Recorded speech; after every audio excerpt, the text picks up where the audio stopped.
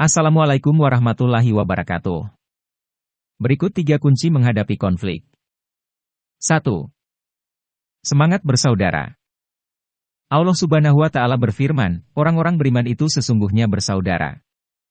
Sebab itu damaikanlah, perbaikilah hubungan antara kedua saudaramu itu dan takutlah terhadap Allah Subhanahu wa Ta'ala, supaya kamu mendapat rahmat. Quran Surat Al-Hujurat Surat 49 ayat 10.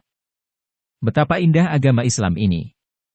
Mengajarkan persaudaraan berlandaskan keimanan kepada Allah Subhanahu wa Ta'ala, persaudaraan yang derajatnya, nilainya, jauh lebih tinggi dari persaudaraan karena hubungan darah, nasab, organisasi, atau batas negara.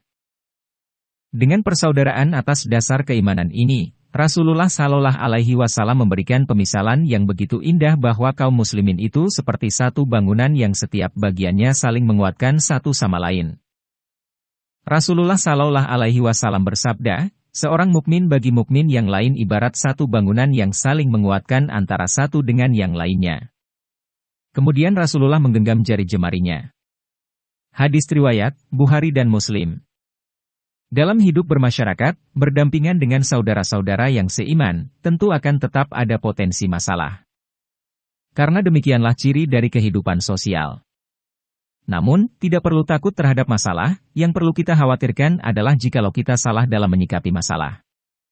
Tidak perlu takut pada masalah yang sudah terlanjur terjadi, karena salah-salah, sikap takut malah membuat kita lari dari masalah dan bukan menyelesaikannya. 2. Semangat solusi. Mari kita perbaiki pandangan kita bahwa masalahnya harus dengan izin Allah Subhanahu wa Ta'ala, dan harus ada solusinya. Jika terjadi masalah dengan izin Allah Subhanahu wa Ta'ala, lalu siapa yang paling punya dan tahu solusinya? Tidak ada yang lain adalah Allah Subhanahu wa Ta'ala.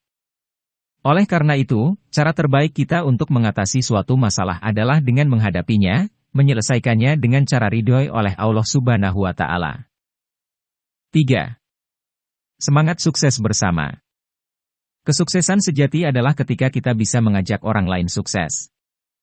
Seorang guru yang sukses adalah ketika dia bisa membawa murid-muridnya kepada kesuksesan dalam belajar. Seorang pejabat yang sukses adalah ketika dia membawa bawahan-bawahannya menggapai karir yang lebih tinggi dan lebih manfaat dengan kejujuran.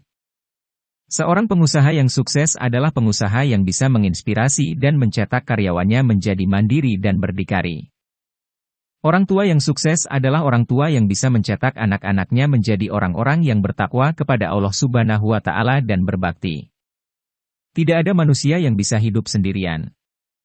Kita bisa berpakaian, menutupi aurat, dan membaguskan penampilan adalah karena keterlibatan banyak orang. Mulai dari petani kapas, pengrajin tenun, pedagang, hingga penjahit. Makanan yang kita nikmati, membuat energi kita terpenuhi untuk beraktivitas adalah buah dari keterlibatan banyak tangan.